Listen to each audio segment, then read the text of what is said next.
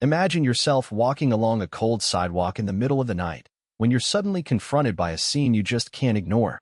A baby, wearing only a diaper and a thin blanket, lying on the frozen ground.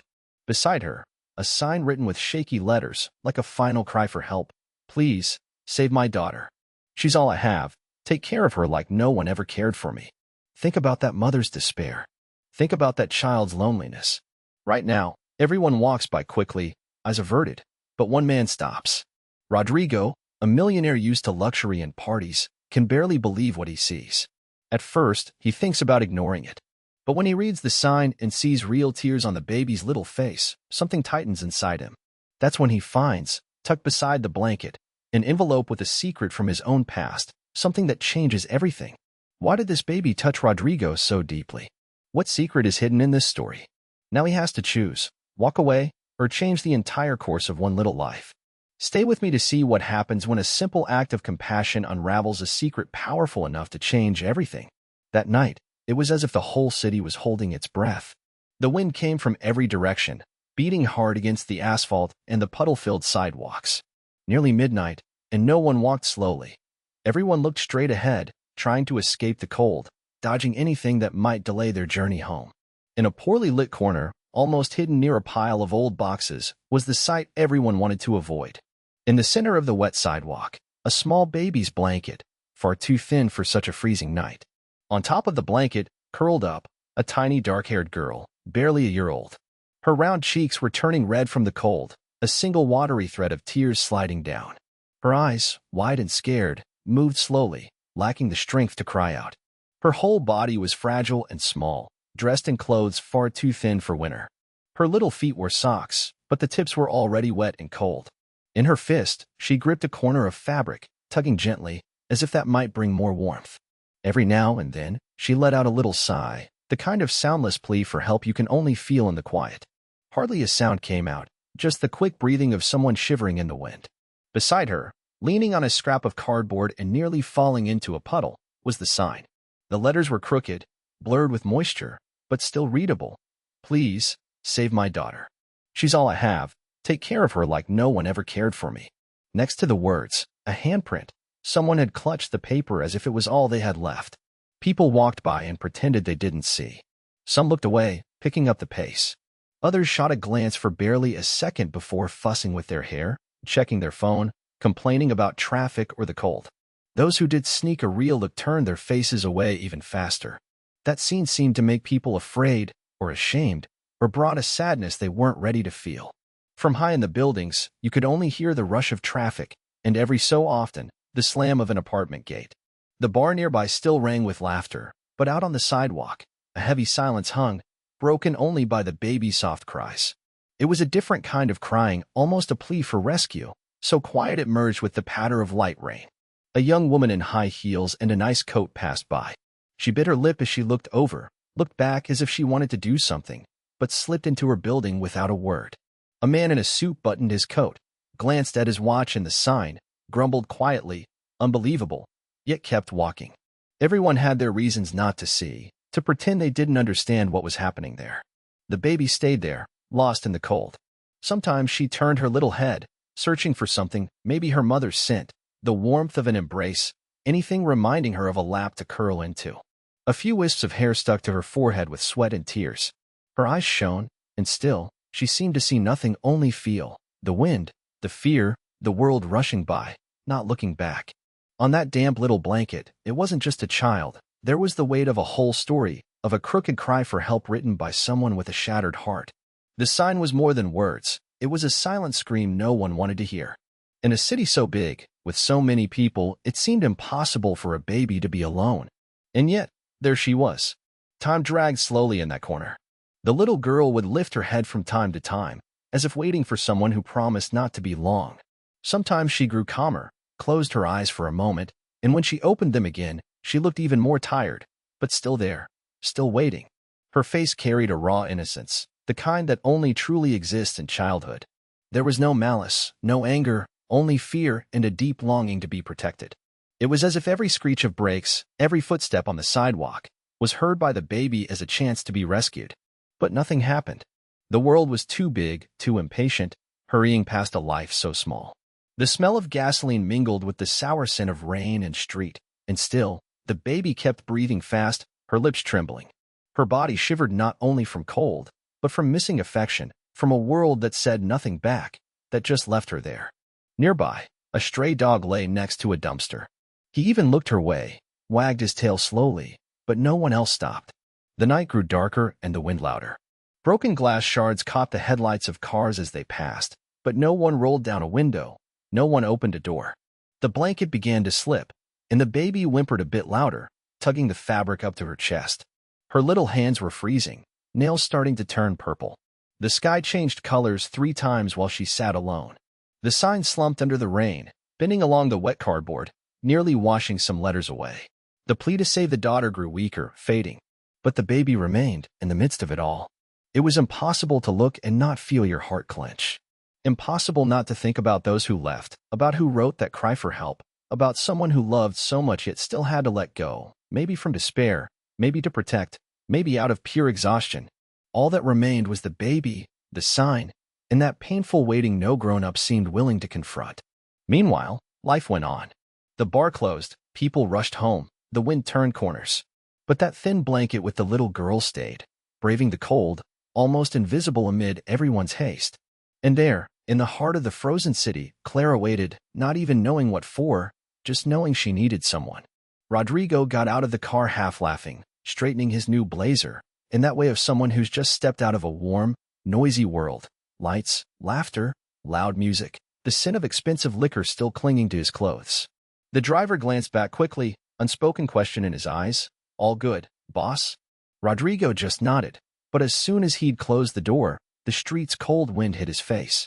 It landed hard, a slap from reality. The asphalt glittered with rain, mirroring the shaky glow of the streetlights. A few soggy leaves mashed against the pavement. He felt a subtle pang in his chest, tried to ignore it, but couldn't. The traffic noise nearly drowned it out, but just ahead, a few yards away, he saw it. A pile of thin coverings, the kind that barely warm at all, spilled messily across the sidewalk near a gray wall. And on top, a small bundle. For a second, Rodrigo thought it was just another bag of cast-off clothes or trash, like he always saw dumped downtown. Then came the sound. Soft.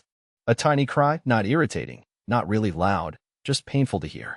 Rodrigo wasn't even sure where it came from. He looked closer. It was then he realized. A baby. Alone. Her hair stuck to her forehead from wind and maybe sweat, cheeks wet and cold. Her eyes wide and quiet, scared, like a little animal that can't understand the world. A chill shot up Rodrigo's spine. He gripped his car keys tighter, looked back, wanting to call his driver over to get involved, but didn't have the nerve to speak. He just stood there, paralyzed, unsure whether he should face what he saw or look away. The discomfort grew. He wanted to hurry off to his warm apartment, forget all about it. He looked about, hoping someone else would stop. No one did. What had just been a busy street suddenly emptied out. 2 women strolled by talking quietly, gave the scene a quick glance and hurried off faster. One man jammed his phone to his ear, crossed the street almost tripping to avoid getting too close. Only Rodrigo stood frozen in place. That made him all the more uneasy. He took a step, just to get closer, understand what he was seeing.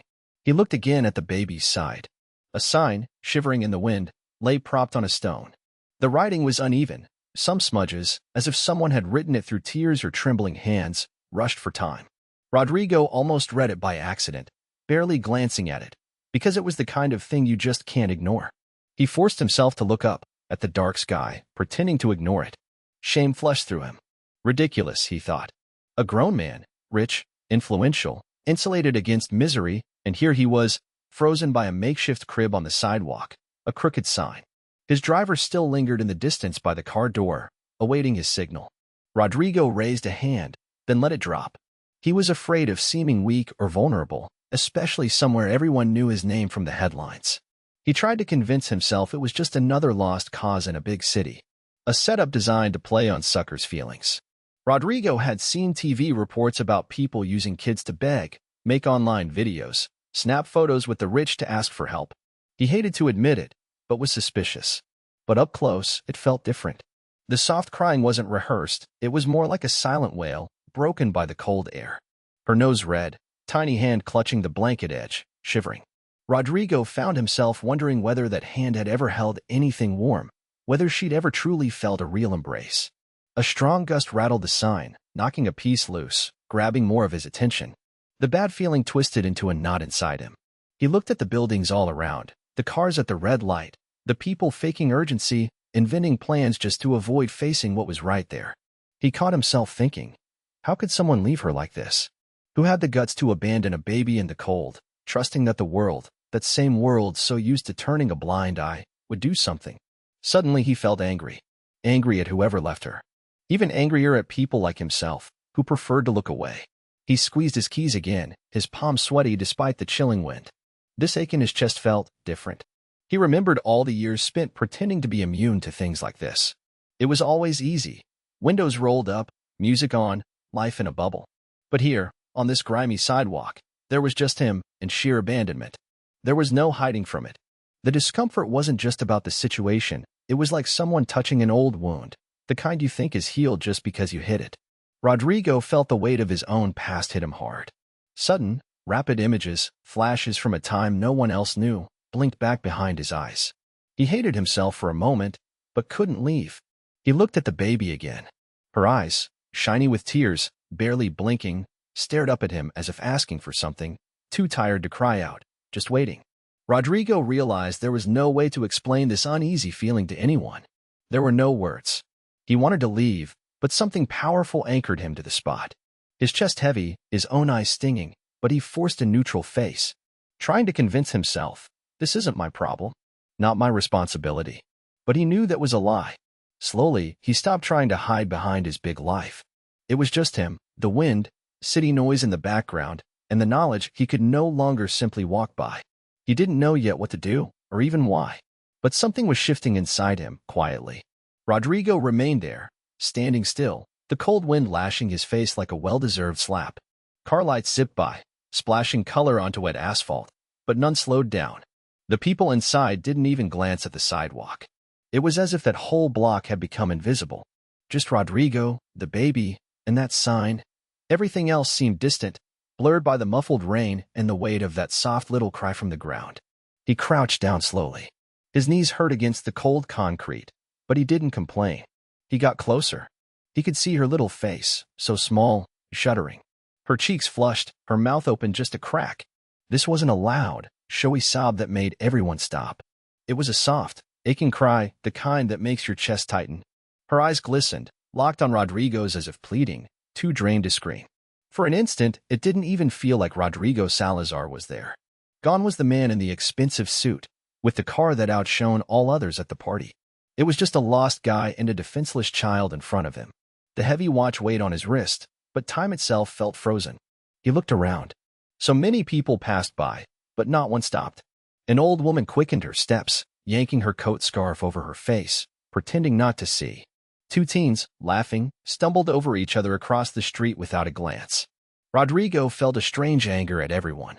At first, he thought it was aimed at them. Then he realized it was at himself. He was just like them, always hurrying past, always pretending not to notice. Clara, the baby, kept her gaze on him. She tried sucking her finger, but it was cold, useless. The blanket wrapped around her was far too thin, barely covering her ragged pajamas. A faint milk stain marred the chest. Fine hair stuck to her forehead with sweat. Even so, she didn't cry hard. It was as if she already knew that screaming wouldn't matter here. Rodrigo felt something old rising inside. A mix of shame and guilt, heavy as stone. He remembered, unwillingly, what it was like to feel alone as a child, to have no one watching. He tried to shove the memories away. Took a deep breath. The cold air scraped his throat. He stared at the baby, not sure what to do. He reached his hand out, hesitant, but stopped halfway. What if someone thought he was trying to steal something? What if it really was a scam, like he'd suspected? But nothing about this seemed fake. The pain was real. The silence was real. The sign beside her flapped in the wind. Rodrigo didn't read it yet, not then.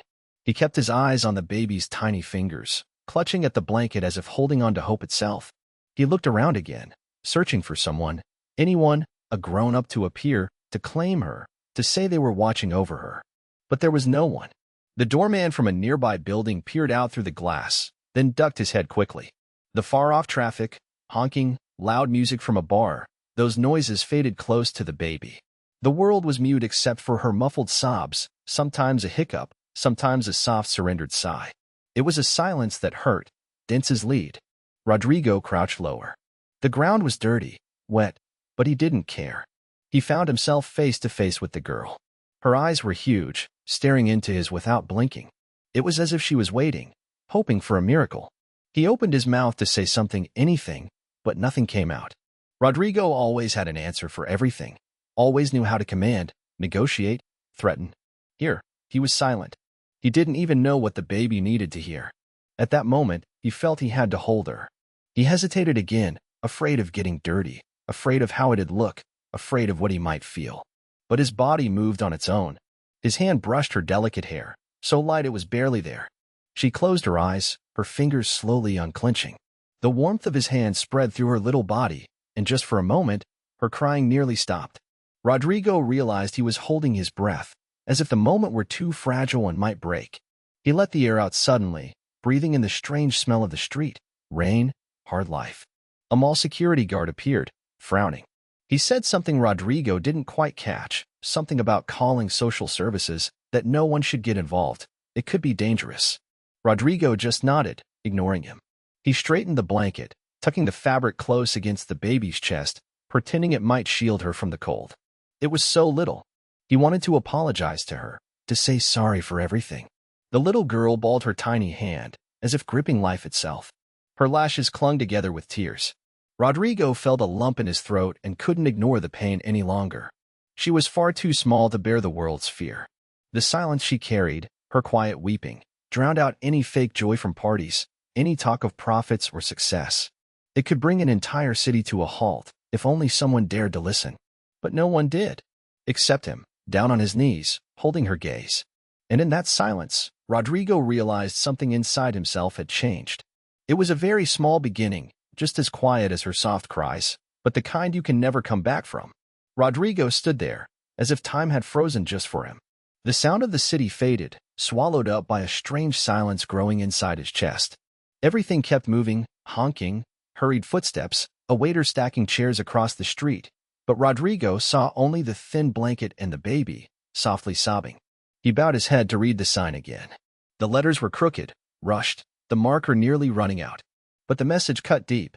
Please, save my daughter. She's all I have. Take care of her like no one ever cared for me. Rodrigo felt his face flush, his breath catch, a bitter taste rising in his throat. For a moment, he wanted to step away. This isn't my problem, he tried thinking. But those words echoed the ones he'd heard as a child, begging for help when everyone acted like they couldn't hear. Those cold nights, the reek of disinfectant in the orphanages, the feeling of being invisible, it all came rushing back.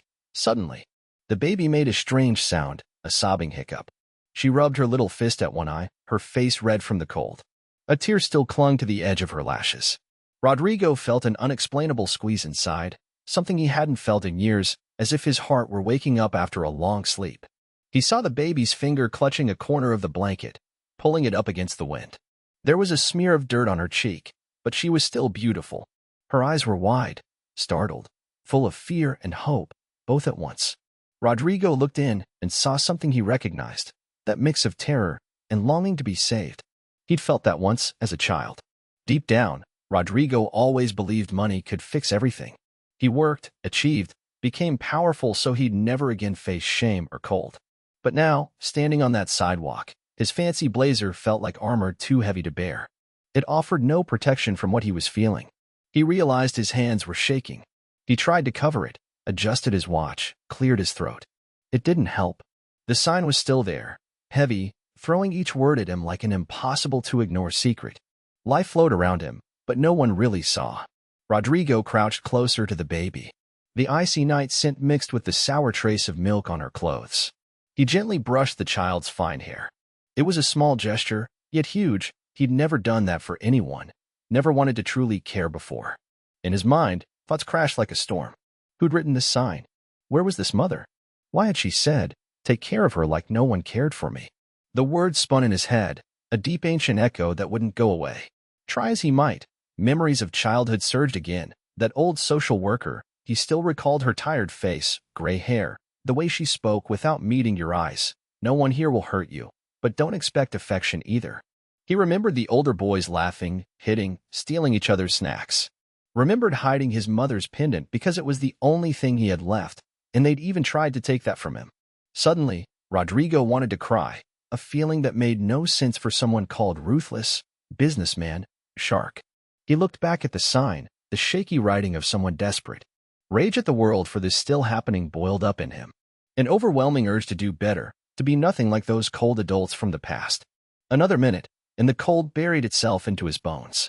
The baby shivered, balled her fist, stared at him with those painfully honest eyes. Rodrigo knew he couldn't leave. That scared him, and, in a way, relieved him. Softly, he wondered if maybe this is what good people feel, the ones who don't look away from pain. A car revved across the street, headlights cutting through the pavement. Rodrigo cast a shadow over the baby, instinctively shielding her face. He couldn't explain it, but that slip of paper dragged to the surface everything he'd hidden since childhood. The pain, the loneliness, the fear of being discarded. The girl lying there, just as he'd once been, but now he was grown, rich, and yet still felt so small. He whispered, barely audible, to the baby, "It's going to be okay." He wasn't sure if he spoke for her or himself. The sign kept fluttering in the wind, demanding a promise that might not belong to him, or maybe it did. Deep down, something had started to change. Rodrigo felt it. Like his story had suddenly taken a new turn, overtaking him by surprise. There was no easy answer, no pretty speech, just a man standing in the cold, feeling past and present collide in a way that hurt, but also pointed the way forward. The baby closed her eyes for a moment. Her crying stopped. Only the city traffic filled the silence again. Rodrigo wiped his brow, feeling clammy. He looked once more at those words, huddled together, a forbidden plea for hope. Take care of her like no one ever cared for me. It was impossible to ignore now. From that moment on, even if he didn't quite know it yet, Rodrigo would never be the same. Rodrigo stayed, the cold wind needling his skin as if probing right into his soul, staring at that tiny life, crying so softly it nearly disappeared among the city sounds. He drew a deep breath, searching for any kind of reaction that made sense in that moment. But all he felt was a desperate wish to vanish from there. No rules, no emotions, just lost. Someone inside the mall called his name. He blinked, took a step back, and automatically called out to two security guards loitering at the glass entrance, talking and smoking. They sauntered over, heavy-set, one frowning, his hand already over his radio. Arriving near, both paused, eyeing the baby as if she were just one more minor problem to be solved quickly. They exchanged annoyed looks, the kind of face people wear when they've seen worse, when too many people end up on the street, and they just don't feel anything anymore. The taller of the guards turned to Rodrigo. "Boss, want us to call social services? They sort out these situations. Otherwise, people start gathering. It gets messy." His voice was flat, cold, not a trace of kindness. Even the way he looked at the sign was practical, detached. Rodrigo didn't answer right away. He just stared at his own hands, short nails stained from cigarettes, and then at the other man's face, that blank expression he knew how to wear too, whenever he wanted to hide his turmoil. He wished someone would feel something. He wished they'd say a word of compassion. But there was nothing. The other guard, older, folded his arms and let out a little laugh. "We get all kinds of calls like this. Kids left at the mall entrance. It'll show up on WhatsApp sooner or later, then we'll see where it ends up. Best not to get involved, right, Mr. Rodrigo?" That line hit deep. Rodrigo felt his throat tighten, a nameless anger at that kind of coldness. He turned his head to hide it, glanced at the headlights of passing cars, saw across the street a group of people laughing loudly, ignoring completely that small world of tragedy on the cold ground. The rain had stopped just moments ago, but water was still streaming from the mall entrances. The scent of wet pavement was strong. A puddle was slowly creeping along the curb, nearly reaching the edge of the blanket where the little girl lay. Rodrigo looked at the baby again. She hiccuped softly, eyes shut from exhaustion, her small face red and her nose runny. Tiny hands waved, batting at the coverings, as if searching for someone she knew. Her crying wasn't loud, wasn't a scene. It was the soft whimper of someone who'd given up asking for help, but whose body still trembled with cold and fear. The tall guard pulled out his radio, already starting to call someone, maybe that social services number. Rodrigo had to speak up, even though he had no idea what to say. "Wait, just a second. Don't you see?" He pointed at the note, realizing his voice shook more than he'd admit. "Look at this. This isn't just another case of abandonment. Someone's begging here. The older guard sighed wearily and shrugged. Sir, if everyone who left a touching note we picked up to raise, nobody would work anymore. Leave it to social services. Rodrigo stared at them, and for a moment it felt like he was seeing it all from the outside. Him, the millionaire in the expensive shirt, the security guards, the baby alone. Everyone waiting for someone else to decide. Nobody wanting the real responsibility. The emptiness of this scene weighed even heavier. He realized he was just standing there, the same way everyone else had, a passerby making sure not to meet its eyes. The baby started coughing softly, a raspy sound, and Rodrigo's stomach turned. He rubbed his palm across his mouth, lost. The cold wind kept sneaking up his pant legs, bringing with it that old sensation from childhood, abandoned in the cold, just like when he'd stare at the cracked ceiling of the orphanage. Rodrigo realized he pitied not just her, but himself too, for everything no one ever did for him. He looked the guards in the eyes. Saw nothing. Nothing except old indifference, weariness, the kind of mark-the-world imprints on people who used to help and stopped believing in miracles. Rodrigo resented that. He hated it, how people just get used to it. For a second, he thought of hopping in his car, starting the engine, walking away. But why me? He heard his own tired voice echo in his head. He looked at the scene once more and realized no one was going to do anything. Only he could. And it made his heart feel too small for so many emotions crashing in. He stood there, unmoving, almost wishing the rain would come back just to wash the guilt from his chest. Traffic kept pulsing around him, short honks, flashing headlights, people inside cars, faces lit by cell phones, all impossibly far from that small slice of true drama. None of them there. The baby moved a little, a new, barely audible cry, as if begging for pity with her eyes alone. And Rodrigo finally understood the true source of his anger. It was fear he'd become just another cold adult, one more person who turns away, one more guard, one more who says, don't touch. He couldn't be that. The tall guard switched off the radio. The other started heading away, glancing at his watch as if the night had somewhere to be. Rodrigo stayed a while longer, chest burning, unable to decide whether he wanted to cry or scream, just waiting for an invisible miracle, but no one came. Inside, everything trembled. And he also felt a new kind of anger, a decision growing unnamed, a will to break the cycle. You stay there, he whispered, almost too low to hear, maybe talking to himself, not even sure what came next. But at that moment, he already knew he couldn't keep going as before. Not after seeing those small eyes, those tiny hands voicelessly asking for help. The city lights kept blinking in the distance, but there in the cold, only truth existed. And Rodrigo, even hesitating, took the first step to change everything. Suddenly Rodrigo noticed everything had gone very quiet. The city noise down below faded, or maybe just felt distant, muffled by the chilly night. Something hung in the air, a tension he couldn't explain. Just the wind brushing his face, and those little baby eyes staring up at him, silently pleading for rescue. He knelt beside the blanket where Clara was lying. The dirty, hard sidewalk had already left marks on her tiny face. A speck of dirt stuck near her mouth, maybe from all the crying. Her nose was red from the cold. She made a soft sound, almost a hiccup, struggling for air. Her little fingers shook. Rodrigo hesitated, lost for what to do. But when he reached out, in an awkward, instinctive way, that little girl grabbed his fingers so tightly, so fiercely, he felt something snap inside, as though she depended on that single gesture to survive. No adult, not even himself, had held his hand like that for years. The blanket was almost wet from the cold. Clara curled up, searching for warmth. Rodrigo's heart sped up. He felt awkward, exposed by his own discomfort. He knew he was well-dressed, put together, warm, smelling of expensive cologne, wallet in his pocket, watch gleaming. And her, so frail, clueless to even half of what was going on. He was ashamed of it. He looked around again. A few people still walked by, glancing quickly but not stopping. Some muttered, some kept moving. The world didn't wait for anyone. The city was a machine. His own guards were already further off, muttering quietly on the radio. No one wanted to get involved. Rodrigo crouched lower, hesitated, but decided to pick up the baby. She weighed almost nothing. Her cold body pressed against his suit. It was a ridiculous contrast, party clothes and abandoned child, a world of luxury and a world of loneliness colliding on the pavement. The moment he gathered her in his arms, he caught a different smell. Not unpleasant, just the scent of someone who needs a bath, care, a real embrace. Clara nuzzled her face into his shirt, seeking warmth.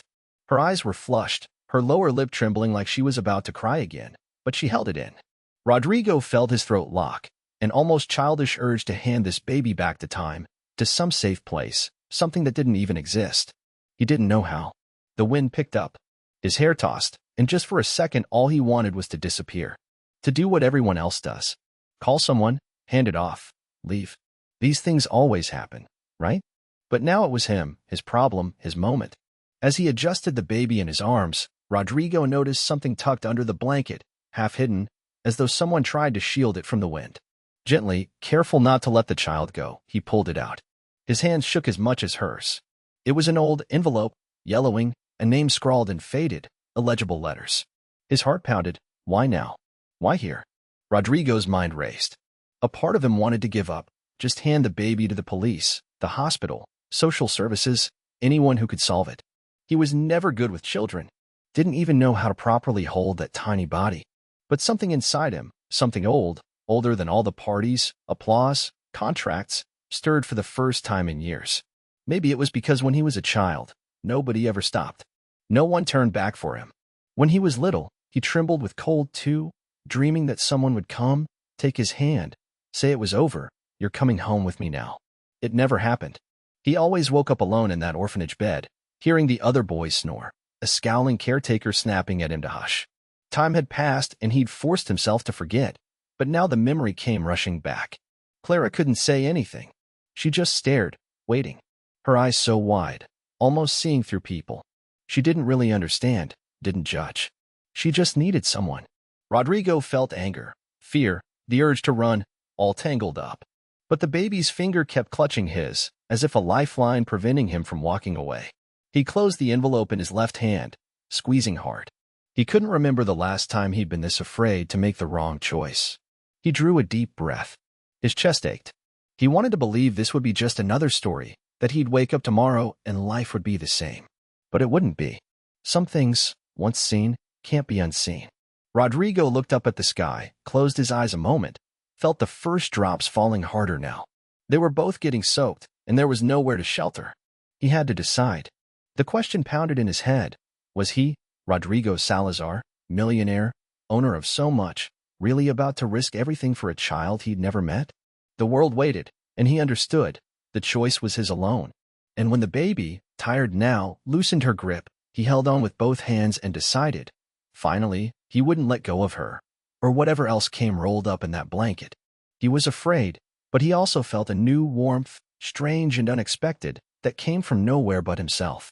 Rodrigo stayed there, kneeling on the pavement, feeling the weight of little Clara in his arms and the cold night pressing against his face. Her breath was short, warm against his coat sleeve, slow and uneven, as if every sigh was a thread clinging to life.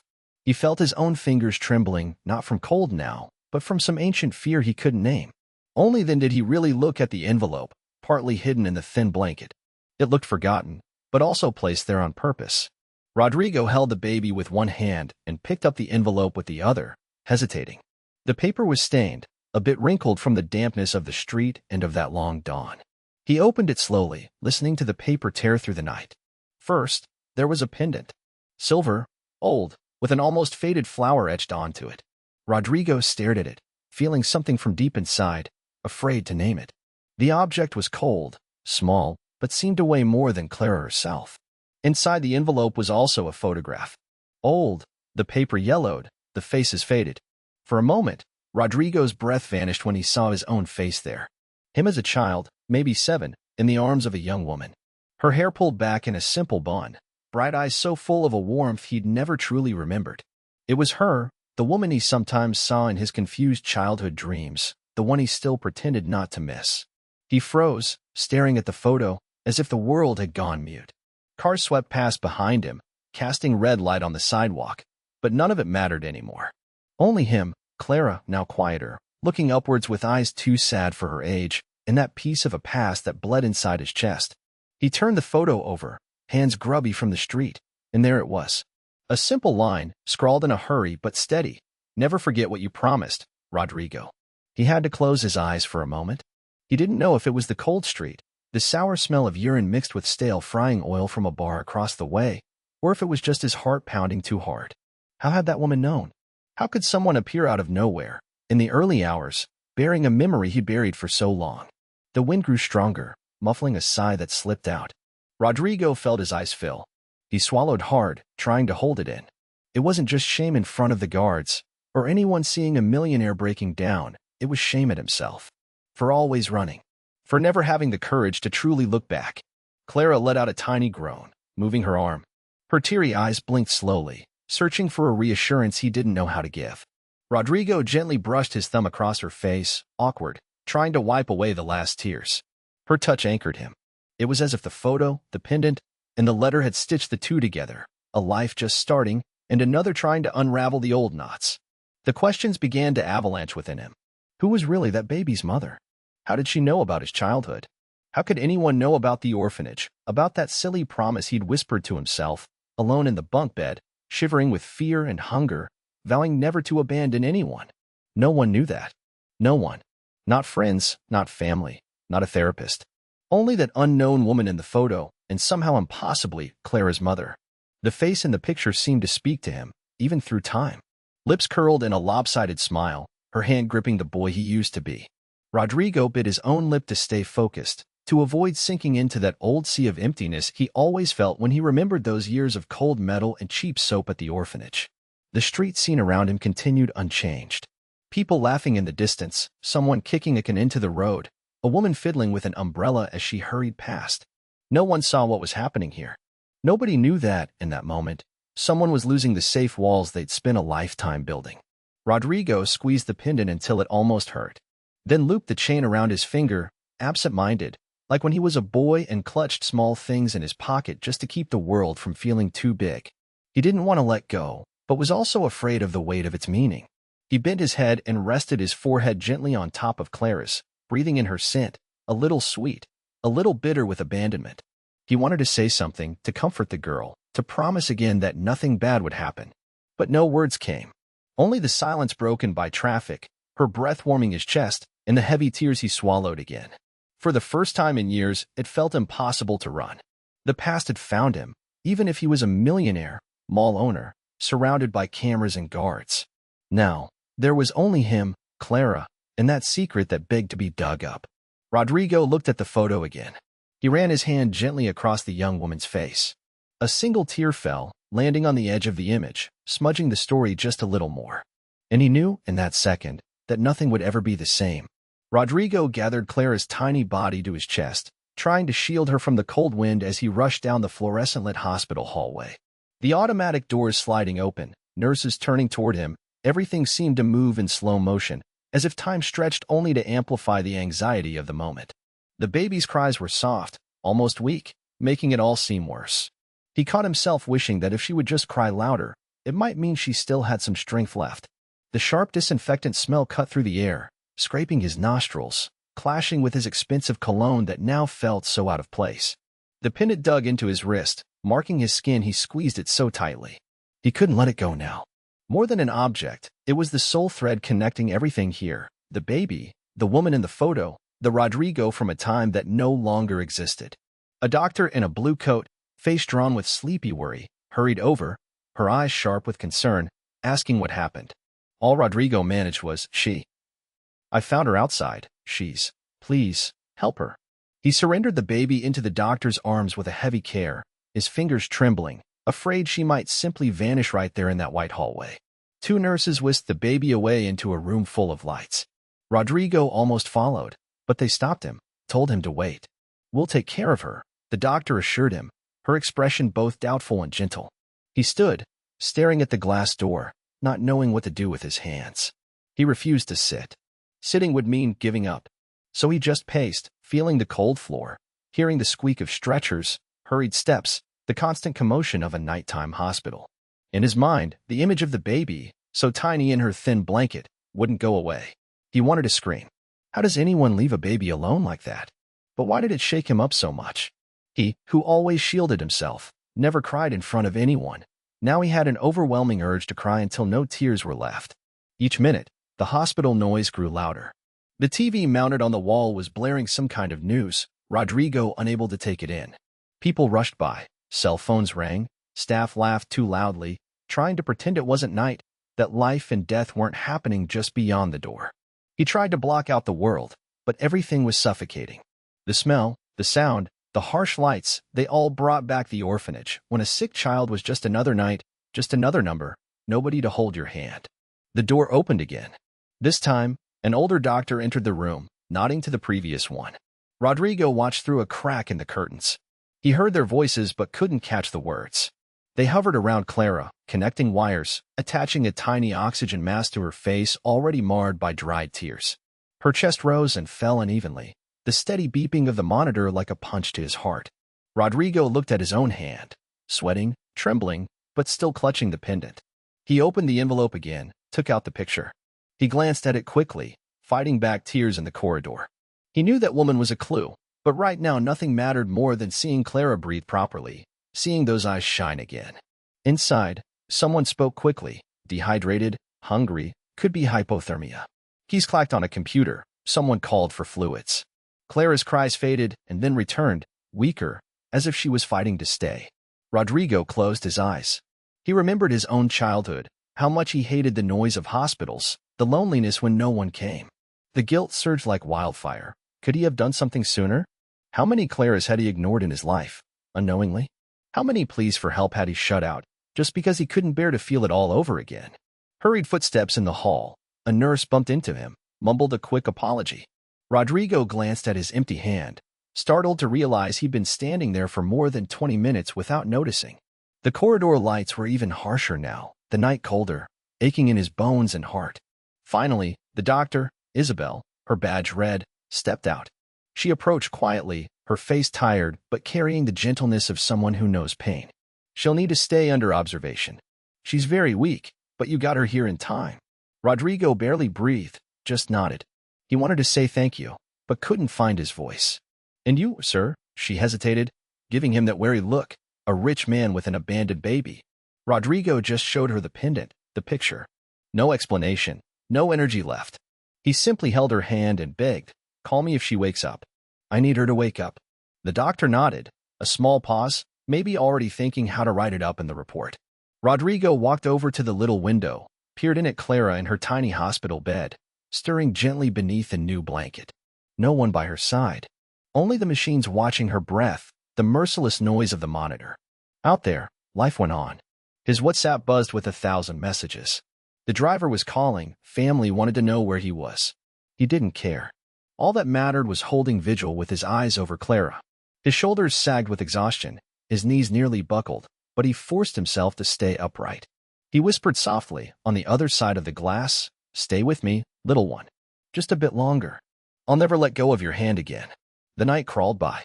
Each hour that Clara kept breathing, Rodrigo felt a tiny, barely perceptible relief. But every beep from the machine seemed to promise that, this time, things would be different. This time, no one would be left behind. Morning came early, heavy, overcast. Rodrigo didn't even notice the sunrise. The city felt even colder inside those hospital walls, corridors echoing footsteps, coughs, sighs. His phone wouldn't stop vibrating, notifications popping up mercilessly. News alerts, portals, acquaintances, names he hardly remembered. Photos of him holding Clara in his arms were everywhere. Harsh headlines, worse comments. Wealthy tycoon exploits abandoned baby. Online drama, philanthropist or opportunist? He stared at the words, still, feeling his chest sink a little. He had no answer. He wanted to yell, but no sound would come. Only silence, that strange hospital silence broken sometimes by a mother's muffled crying in another room. On the armchair by the clear bassinet, Rodrigo held Clara's tiny, chilly hand. She was so small, so fragile, the way only a newborn can be. The blankets wrapped around her, but every now and then she moved, sighed, squeezed her fist. Rodrigo gently stroked her skin with his thumb, lost in thought. The door opened slowly, its hinges squeaking. A nurse came in, adjusted the checked the monitor. Rodrigo just looked, searching her eyes for any hint of judgment. Found maybe a little pity, maybe some understanding. Nothing more. Finally alone again, the phone rang for real. It was his mother. She didn't ask if Rodrigo was okay. Didn't ask about Clara. She just got straight to the point. "Have you lost your mind, dragging our family into this? The company's in the middle of a scandal. Your name is everywhere. Did you think about the consequences?" Rodrigo turned his face away, swallowing hard. He wanted to explain, but had no words. Just felt his cheeks flush with shame, with anger, with an old fear he'd carried since childhood. The fear of never being understood. I couldn't leave her on the street, Mom. Silence on the other end. Not even a sigh. Then just the click as the call ended. Later, his brother showed up at the door. Didn't even look at Clara, didn't offer help, just started lining up his arguments, as if in some invisible courtroom. Rodrigo, you brought this into our house, into our blood. What if it's a setup? What if she's sick? Did you even think? How will you explain all this to the board, to the clients? Rodrigo stared at the floor. The hospital hallway was cold, blue light slanting in through the blinds. Each of his brother's words pounded in his ears. He felt the wall go up around him. She's not what you think, he said softly. She's just a baby. She doesn't even know how to cry yet. His brother left, his heels rapping sharply on the waxed floor. Rodrigo felt smaller than ever. On the TV in the room, someone had left it on. The anchor was excitedly talking about the case. Last night's scene played. The blanket on the sidewalk, the note fluttering in the wind, the image of Rodrigo crouched down, expensive coat stained from the rain. Millionaire hero, or just looking for the limelight? The scrolling comments at the bottom of the screen were quick and sharp. Cheap publicity stunt. Why not just call the authorities like any normal person? Big deal. He's got plenty of money, wants attention. Rodrigo shut the TV off abruptly, fighting the urge to smash the remote. He looked at Clara, now curled up asleep, her lips puckered, breathing softly. They don't know, he murmured, more to himself than to her. He picked up the envelope with the pendant and the photo again, tucking it inside his jacket. That was the only thing that made sense, the one thread connecting the chaos he didn't understand. Down in the lobby, Rodrigo knew the lawyers were already working. A stack of papers waited for his signature, people trying to stop him from even staying in the hospital with the baby. A woman from Child Protective Services walked into reception, her eyes hard, a folder tucked under her arm. Rodrigo only made sure Clara wouldn't be taken away, whatever it took. But what hurt the most wasn't fear or doubt. It was loneliness. The way everyone disappeared, one piece at a time, like on a chessboard. The silence after the arguments. The crushing weight of having no one there, no hand on his shoulder telling him it would be okay. With every hour, the questions only grew. Online, hostility was mounting. Even childhood friends, people who pretended to care, sent harsh messages. You can't trust this, Rodrigo. Walk away from that mess. Make a donation and give the baby to social services. He wanted to trust someone. But nobody saw it like he had, on the freezing sidewalk beneath dirty streetlights, rain dripping onto Clara's face. No one else had felt that tightness in the chest reading the note, or recognized his mother's faded photo, back when she was young, hugging a boyish Rodrigo. No one but him. At the height of the storm, there was a moment when Clara started crying, a weak, gasping sob. Rodrigo picked her up, taking in the scent of baby powder, the gentle warmth of her tiny body, her trembling little fingers. He rocked her slowly, in a way he'd never rocked anyone before. For a moment, all you could hear was her hoarse little cries and the shuffling footsteps of doctors outside the door. In his arms, Clara calmed down, little by little. Rodrigo closed his eyes and pressed his forehead to hers, and for the first time since he was a child, he wanted to cry along with her. In that moment, headlines, lawyers, family, and fortune meant nothing. All that mattered was not letting go of that tiny hand. The room was cramped, with cold walls, the smell of disinfectant only barely masking some old sadness. The dim, bluish light made everything seem off, as if the world were made of frosted glass. Clara lay there, wrapped in those thin, white blankets that looked more like handkerchiefs than anything from a private hospital. The silence was oppressive. You'd hear, now and then, the distant beeping of a machine, a nurse's soft footsteps in the hallway, and the muffled crying of another baby next door. Rodrigo didn't leave. He dragged an armchair close and stayed there, suit jacket abandoned on the floor, shirt rumpled, eyes red. He barely slept.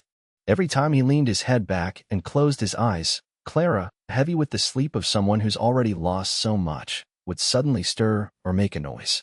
And he'd jump up, startled, as if something precious might fall and shatter forever. He'd never had kids, not even come close. He woke up alone, grew up alone, made his fortune alone. Now he sat for hours staring at this little girl who didn't understand anything, just felt cold, hunger, fear, confusion. Sometimes Rodrigo would think she should be with her mother, in her arms, smelling warm milk, hearing a soft voice. Then came guilt, pain, or something else he couldn't name. He kept replaying the note in his mind, shaky handwriting, words pleading, the weight of years of abandonment tucked in with that fragile bundle. 2 nurses came in, speaking quietly as they changed the sheets and adjusted the machines. Rodrigo watched intently, like someone learning a new language. When they took off the dirty diaper, his stomach turned, but he swallowed it back and forced an awkward smile. "Could you show me?" he asked, embarrassed, at a loss. They smiled, patient. They showed him, step by step, how to unfasten the tabs, wipe with cotton, close it without pinching. Rodrigo looked at his hands, huge, rough things, now trying to be gentle. Clara kicked her legs, turned her little head, wincing as if she couldn't understand why they kept fussing over her. There were tiny scratches almost healed, a faint purple mark from the cold. She stared at the ceiling, eyes wide, unsure whether to cry or wait. Rodrigo pretended to know what he was doing, whispered, "It's okay, little one. SHHH, SHHH. Uncle Rodrigo's here." No instinct, just the desperate wish to get it right. It took 3 tries to fasten the diaper before she stopped threatening to cry. Feeding time was even scarier. Rodrigo read the milk formula label, asked the nurse, checked the temperature once, twice, 3 times. He was embarrassed to barely know how to hold the bottle. The first time, milk trickled from the corner of Clara's mouth and wet her chin. She paused, shot him a scowl, as if she wanted to curse the world. After a few moments, she took it, sucking slowly. She went silent again, her eyes fixed somewhere in the distance. Rodrigo watched that tiny face, the delicate skin, round cheeks chapped by the city wind. He thought about time. 8 months. 8 months thrown to the universe, with no one. It occurred to him she might never learn to trust people. But then he saw, up close, her little fingers reaching for his. A strange warmth flooded his chest. It wasn't just pity, it was longing, a promise, a good kind of shock. Sometimes, the only sound was rain tapping the window. Clara slept. Rodrigo watched her. When she stirred, raising her hands as if searching for the hole in the world she'd fallen from, her whole tiny body trying to find itself. There was a peace in that face, even one marked by abandonment. And then, without warning, Clara smiled. Not a big grin, just a quirk of the mouth, a muscle fighting against everything harsh and cold. It was so real Rodrigo lost his breath for an instant. His eyes filled, and he looked at the ceiling so as not to cry ugly in front of anyone. He leaned closer, brushing his face gently against her forehead. He breathed in the scent of baby skin, a mix of powder and a life starting over. It felt, for a moment, like all that emptiness inside him was filled with hope. Clara gripped his finger with surprising strength, as if asking, commanding. He understood. She was a fighter. She wouldn't give up. Rodrigo murmured, "You're a warrior. Did you know that?" And so the hours passed, slow. Rodrigo learned to clean, adjust the little towel, check her temperature just by pressing his lips to her forehead. He changed her diaper again, a little less clumsy this time. When she got startled, squeezing her eyes shut to keep from wailing, he hummed softly, any nonsense melody, just to fill the air and calm them both. At night, the hospital darkened. The distant noises of cars, horns, a lone siren. Rodrigo tucked in the thin blankets, wrapped Clara as he'd seen the nurse do, and sat beside her, staying close. He looked at her face, still marked, but less tense. Watched her chest rise and fall, slowly. He felt pride out of nowhere, as if witnessing a little victory for the world against injustice. Little by little, Clara stopped trembling so much. She slept more peacefully. Her face softened, her hands relaxed. Rodrigo realized he'd stopped thinking only of himself, about the headlines, the calls from family. Now, his whole life was Clara, every breath, every sleepy sound, every rare smile. In the hush of that hospital, Rodrigo felt something breaking inside him. It wasn't just empathy. It was the courage to stay, not to run from tenderness, from commitment. For the first time, he finally understood, in the purest way, Clara wasn't just a rescued baby. She was the beginning of everything he'd been missing. And her smile, however small, was now the most important thing in his whole life. Rodrigo sat on the hard hospital bench, phone shaking in his hand. He barely slept. All he could think, after seeing that photo, was questions. Who was Clara's mother? How did she know about him? Why that handwritten note? He sat staring at the empty hallway, hearing the distant, muffled crying of a baby that wasn't Clara, but sounded just the same. That same sound of abandonment, like a memory echoing in the background. He decided he couldn't just wait. He wasn't that kind of man. He called Edson, the best private investigator in Sao Paulo. He didn't have to explain much. I need to find a woman. Disappeared on the streets. All I have is an old photo and this pendant. The silence on the other end was all professionalism, but Rodrigo knew Edson felt the weight. He sent the image of the woman with the child, him, so small, unaware of what lay ahead. Afterward, he put down the phone, closed his fist, and stared into space. Across the glass, Clara was sleeping. Her fine hair plastered to her sweaty forehead, her breathing soft, a tiny noise barely there. Rodrigo felt like getting on his knees, apologizing for the world. He spent the next day visiting social workers, one by one. Some never even looked up from their paperwork. Others tried to recall, flipped through files. Young woman? Dark hair? Shadowed eyes? There are a lot like that. Sometimes they pass through, sometimes don't even give a name. Sorry. In the corner of a shelter, the air thick with the sour smell of soup, a little old lady with a nearly vanished voice commented, "There was a young woman. Yes. She came here pregnant, alone, scared. Stayed a few weeks, then vanished. Didn't sign anything, but she cried at night. Thought nobody noticed. It was fear, you know." Rodrigo looked her in the eyes. He had the sense he'd known that fear himself, long ago for different reasons, but it felt the same. Out on the street, he took a deep breath. Remembered growing up in shelters, the sound of heavy gates swinging shut, the smell of mildew, the mocking laughter of the older boys. Except now he wore an expensive suit, a designer watch, clean shoes, and still, inside, that same little boy lingered. Always. He spent days in places money had always hidden from him.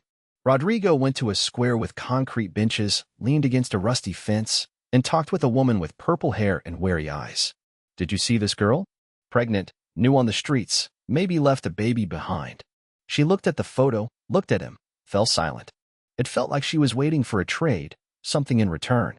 Rodrigo just stood there, unmoving. Eventually, she said, "Here we learn to forget. It's easier not to remember who disappears. But, yeah, I think I saw her. Bought bread at the bakery down the street. Didn't talk much. Called herself Leah, or folks said Leah." The name hit him like a stone tossed lightly, clattering through a place he didn't have words for. He got back in the car, called Edson. "Leah. The name might be Leah." They wrote it down. The investigator promised to search old hospitals, street outreach records, even church archives. Rodrigo visited a shelter in the East End where he'd heard a woman like her had stayed a few afternoons, wrapped in a worn-out blanket. The place was cramped, with crumbling walls, the strong odor of dirty laundry and stale food. The staffer, exhausted, asked, "Your family, right? Every month someone comes looking for someone." He hesitated. He didn't know what to say, family, friend, stranger. Just a tangled knot in the throat. "She left a baby. I need to find her." The woman looked him up and down, thinking. She cried a lot at night. Talked about bad things that happened. Talked about promises, about someone she hadn't forgotten. Rodrigo's hands sweated. That word, promise, sent everything spinning. He tried to recall those childhood nights in the shelter, staring at the dark ceiling, making promises to himself. "When I grow up, I'll take care of my family. I'll never leave anybody behind." He stepped out into the drizzle. The sky was grimy, heavy, the street lights smudges of yellow. The rain was light, but the chill sank deep. Rodrigo pulled his suit jacket tighter, but it was useless. There are things even the finest clothes can't protect you from. As he walked down an alley, he saw a group of kids playing soccer with a flat ball, laughing, kicking at the mud. For a second he stopped and watched. Saw in them a reflection of himself, the same hunger for attention, any glance even if it was only scolding. He remembered what it was like to sleep clutching a borrowed toy, trying to forget the sadness soaked into his mattress. That night, he went home with red eyes, body heavy but unable to sleep. He passed by framed photographs, parties, trips, friends, but everything looked distant, washed out. He took the blanket from Clara's envelope, opened it again, ran his fingers over the pendant. The metal was cold. He tried to dredge up memories, faces, voices, someone smelling of cheap soap and honest hugs. The next morning, Edson called early. "Rodrigo, I found something." A woman named Leah was treated at a clinic a few weeks before the baby turned up. They say she left in a hurry, seemed nervous, scared of someone. The name rang in Rodrigo's mind. Leah. Why does that name hurt so much? Rodrigo drove to the clinic. In traffic, he watched people behind rain-streaked glass, creeping along in slow motion. Nobody knew that behind his elegant mask, there was a man in pieces. At the clinic, he asked for the night nurse. Young woman, ragged hair, deep-set eyes. I remember her. She didn't talk much, was scared. One night she cried so hard I had to hold her. I told her everything would be okay. She dropped a torn piece of paper, just the name, Rodrigo, scribbled on it. I asked who he was, but she never answered. That hit him hard. His name, written on a slip of paper, lost at a clinic, in the hands of a terrified stranger. He felt a kind of longing he couldn't explain, like he couldn't get enough air. Sir, we always want to help, but sometimes we can't hold on to the ones who need us most. Some people disappear. Some just need a kind look. Rodrigo stood there, watching cars pass outside, hearing a baby's cry from another room. And for the first time, he wondered if this search wasn't just about saving Clara, but about saving himself too. Rodrigo stood frozen in the hospital hallway, clutching the papers so tightly the envelope nearly tore. He'd just gotten a call from the investigator. The voice was deep, tired, forcing out each word as if bearing the weight of every piece of the story. The baby's mother. Mrs. Helena, sir, she's your sister. Rodrigo replayed the voice in his head, over and over. And each time, the sentence dug deeper, carving a hole in his chest. He stood there, motionless, the sound of the air conditioning tearing through the silence, the corridor lights throwing cold white across his face. He could barely feel his own body. Everything seemed distant, like he was watching from far away. All he could feel was the overwhelming urge to either disappear or turn back time. He wasn't sure which. The hospital clock said it was 3 in the morning. Rodrigo pressed his forehead to the cold wall. It smelled of alcohol and loneliness. Behind the door, little Clara slept, mouth open, breathing softly. It was hard to believe so much tragedy could fit inside someone so small. Rodrigo pressed his face closer to the window to see the girl, just as he had every night since that day on the sidewalk.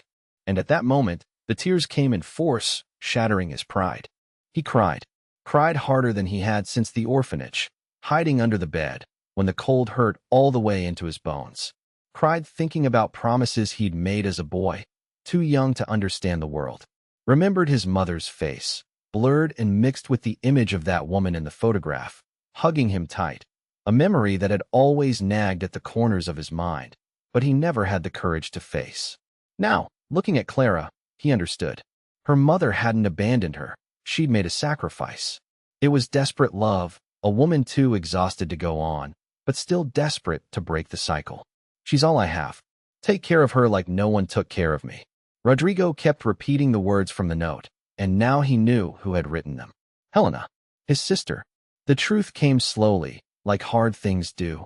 First denial, then hope it's a mistake, until the shock of the impossible becoming true. He leaned against the window, chest heavy, breath shaking. He thought of the nights he'd wished for a chance to rewrite the past, to have family. And there, in that empty hospital, he realized fate was arranging itself in a way not even the richest could buy. What he'd always wanted was right there. It was only a matter of reaching for it. As he wiped his tears on his shirt sleeve, a torrent of childhood memories rushed in. His little sister clinging to his leg, begging him not to let go. The two of them sharing a crust of bread in a cold hallway of the shelter. The whispered promise in the dark, I'll never leave you. I'll never forget you. But life swallowed everything. Helena was taken from him by social workers, and Rodrigo grew up running from his past, swearing he'd never look back. The fear came too. Fear of not being enough, of repeating the mistakes of all those who disappeared without a backward glance. He felt the weight of all the choices, the empty parties, the nights filled with luxury and loneliness. He realized he'd spent years trying to fill a hole with cars, watches, status, but nothing patched up the space left by a lost family. Inside the envelope, next to the photo, there was still the old pendant. He rolled it between his fingers, slowly, feeling the marks of time. Same design his mother used to wear. Rodrigo remembered her scent, the way she'd stroke his hair when he was scared. He felt a tearing kind of longing, a wish to scream to the world. Why? Why break up a family this way? He gave a crooked smile as he saw Clara squeeze her tiny hand in the crib, letting out a soft little whimper. He went over, ran his hand gently across her forehead, his touch trembling from being so gentle. No one looking on could ever guess a man his size would cry over a baby. But in that moment, it didn't matter what anyone thought. Rodrigo just wanted to fix what he'd never had a chance to fix before. Again, questions throbbed in his head. Where was Helena? Was she even still alive? What if she didn't want to see him? What if it was too late? But looking at Clara, he realized he'd never really had a choice. She was his, in the deepest sense. Not out of duty or empty heroics, but for love, for blood, for a new beginning. A cleaning lady passed at the end of the hall, glancing over. Rodrigo tried to wipe his face quickly, but there was no need to hide it. For the first time, he wasn't ashamed of what he felt. He let the silence fill the space between him and Clara. And there, hands still on the crib rail, he whispered, "I promise you, for your future, for your mother, for myself. No one will ever abandon you again. Our family will never be torn apart again." Beyond the window, the world kept on. Traffic, horns, cold lights that didn't know a thing. But in that room, an old cycle had been broken. Rodrigo stayed a while longer, listening to Clara's soft breathing, feeling the ache and the hope together, breathing deep. At last, he understood. Sometimes life waits until we stop running to give back what really matters. The room was too heavy with the kind of silence that comes when you have everything to lose. Rodrigo had never felt such a strange kind of cold, not even wearing his expensive suit, with the air conditioning quietly humming. His body felt stiff, locked by fear. Not the business kind of fear, not losing money, but something older, the kind he'd known since he was a boy. The fear of being rejected, the fear no one would want him. And now, that same fear was back, but it was no longer about him. It was about Clara. At the far end, away from the hum of the lawyers, Clara stared into nothing with that look only an abandoned baby can have. Eyes wandering, searching for a familiar face, some scent she recognized. She sucked her finger, squirmed to find something like comfort in the arms of the bored caretaker there only out of duty. Rodrigo wanted to run to her, scoop her up, but he had to stay composed. Everyone in that room was watching his every move. The lawyers spoke words he barely understood. Unfit, questionable motives, presumption of kinship, best interests of the child. Every word pelted him like hard rain on glass. Inside, all he could think was, how can't they see it? How could they believe I would ever let go, when she's become the reason for everything? The judge was a woman with hair pulled back too tightly, heavy eyebrows, a gray suit, and an expression that looked like she'd seen real sadness but chosen not to feel anymore. She stared straight at Rodrigo, as if wanting to strip him bare, just to see if there was any truth left. She asked, slowly, if he truly wanted that enormous responsibility. And why? Why? 1,000 things flashed through his mind. The orphanage hallway, the smell of old porridge, boys crying in the dark, the caregiver's cold voices saying, "That's just life, kid." Rodrigo tried to answer. His throat locked, his mouth dry. He almost thought of just running away. But when he looked at Clara, he pictured her alone again, in the cold, with no one in the world. His voice cracked, he cleared his throat. "I can't really explain it to you, ma'am. But I know what Clara feels. I grew up with no one too. No one ever picked me. Nobody thought I deserved love. I promised myself that, if I ever could, I'd change a child's story." The other lawyers snorted, as if that was just melodrama. Rodrigo ignored them, locking his eyes with the judges. She needs someone. Not out of charity, no? Because she deserves more than abandonment. I can give her everything she's never had. Rodrigo didn't even notice, but his hands shook with tension. But more than that, I can give her a name, arms to hold her, a place to belong. I can stay. For a second, the judge just stared at him in silence. It was like the world held still. Even the rush of traffic outside faded away. Rodrigo felt sweat gather on his forehead, a chill on his spine. Then came all the routine questions. Income, spare time, daily schedules, whether he'd have help. Rodrigo gave short answers. He talked about the security guards, the nannies, the whole support structure. What he couldn't put on a form was the empty space Clara filled, the new hope he felt every time she smiled her toothless smile.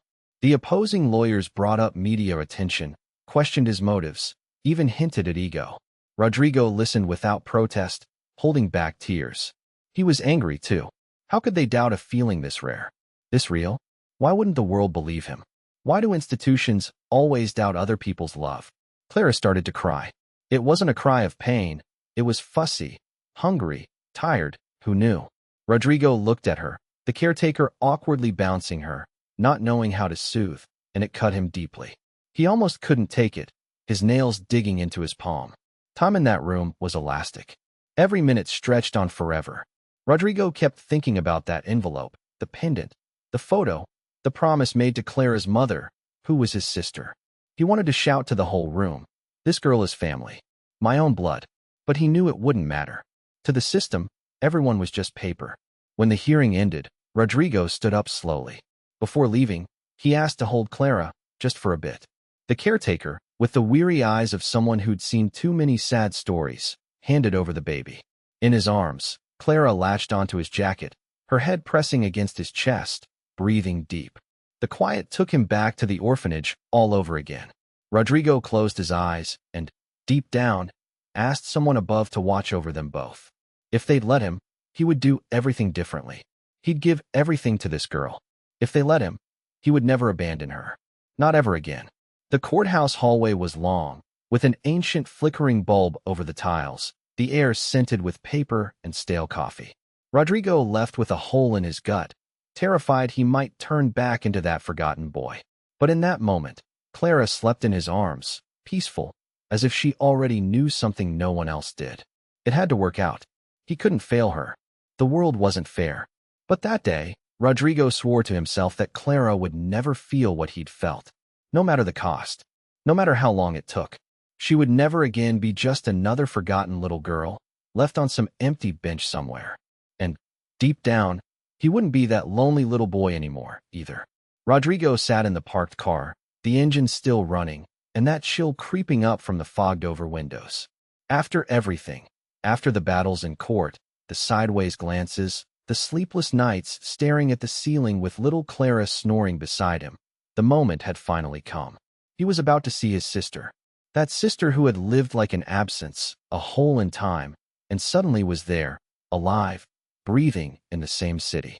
The building was old, dark, the hallway smelling of grease and cheap cleaning products. On the third floor, the door was barely closed, chipped near the lock. Rodrigo felt his palms sweat, a weight in his stomach that wasn't hunger, just fear of feeling anything at all. He knocked, hesitating. Silence. Only the thin rattle of the window banging in the wind.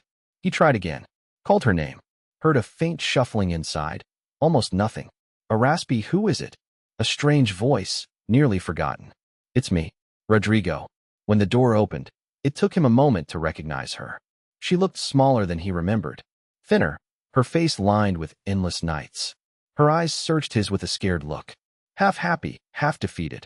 It was strange to look at someone and, at the same time, see a lost piece of yourself. She stood frozen at the door, trembling, clutching her arm with her thin hand. Her hair unkempt, her shirt old, the scent of clothes that never quite dry in the city's damp cold. A smell that reminded him of the orphanage, of rain on the zinc roof, of nights huddled together waiting for morning. Rodrigo tried to speak, but his voice gave out. He just sighed, looking at her as if begging for permission to remember. Words failed because they hurt too much. She was the first to cry. She took a step forward as if her legs would give way, pressed her face to his chest like a frightened child, sobbing quietly, apologizing with every breath. I'm sorry, I couldn't make it. I'm sorry, Rodrigo. They told me you had died, that no one would come for me. I didn't know what to do, I didn't know where to go.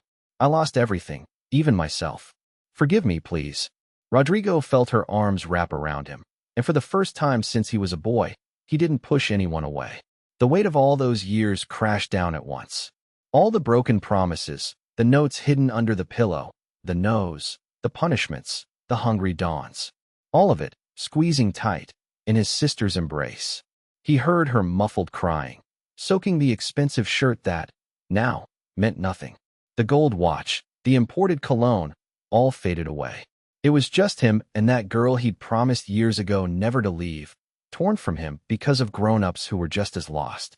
I spent so long thinking I was strong, that money would fix everything, that the past couldn't catch me again.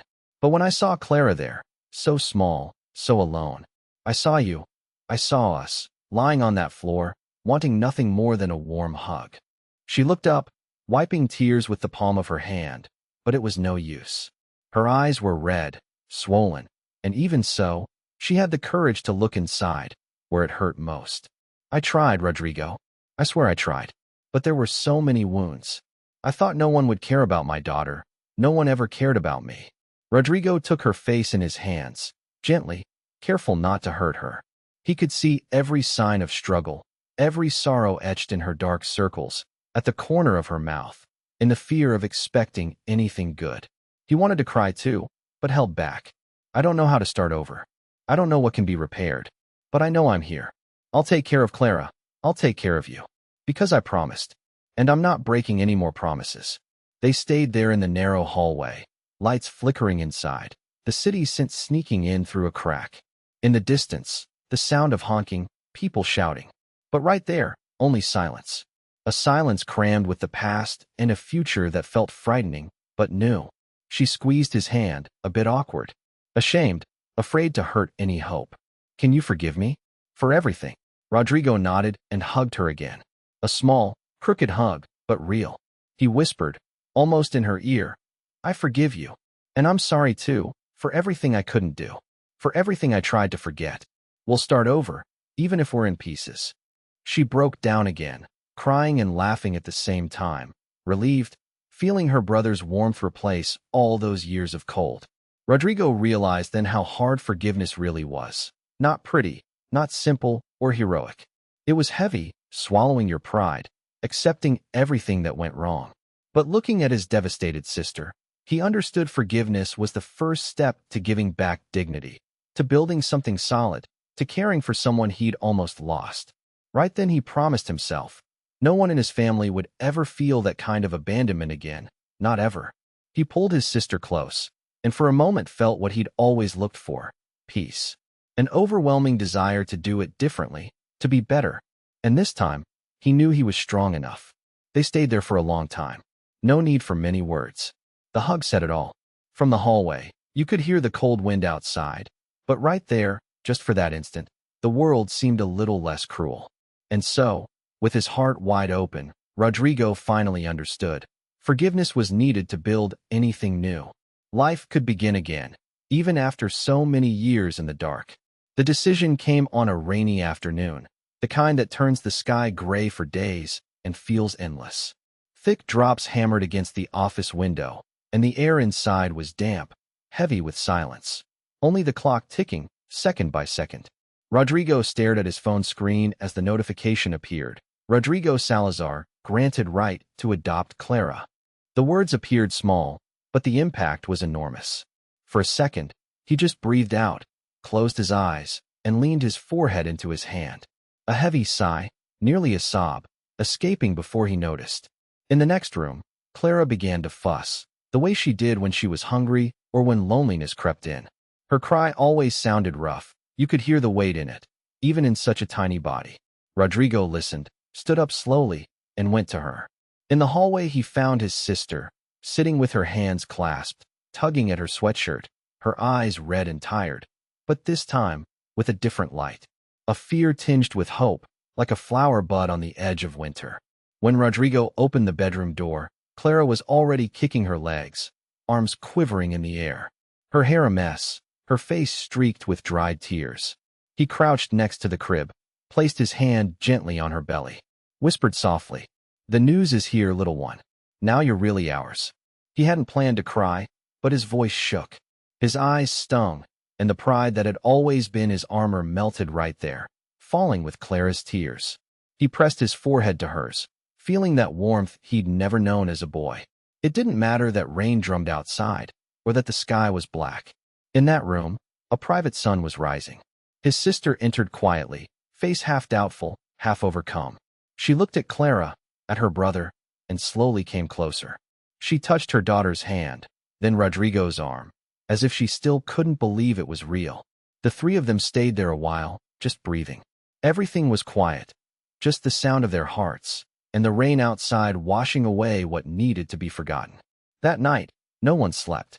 Rodrigo made his way downstairs to the living room, Clara bundled up in a blanket, her eyelids already drooping. His sister sat on the rug, as if she didn't know where to put all that emotion. He started talking about his new project. He'd already spoken with lawyers, architects, everyone. He was going to create a space, a shelter, spacious and welcoming, where mothers abandoned by circumstance could stay with their children, study, work, start over. So no one ever has to sleep under a bridge in the cold again, like we once did. As he explained, his words trembled, his eyes shone. His sister could only nod, trying to hold back gentle tears, a sweet mix of relief and gratitude. The days went by as they built a new routine. What once felt strange became habit. Rodrigo clumsily changing diapers, his sister making bottles in the middle of the night, and Clara laughing out loud, that baby giggle that fills a whole room.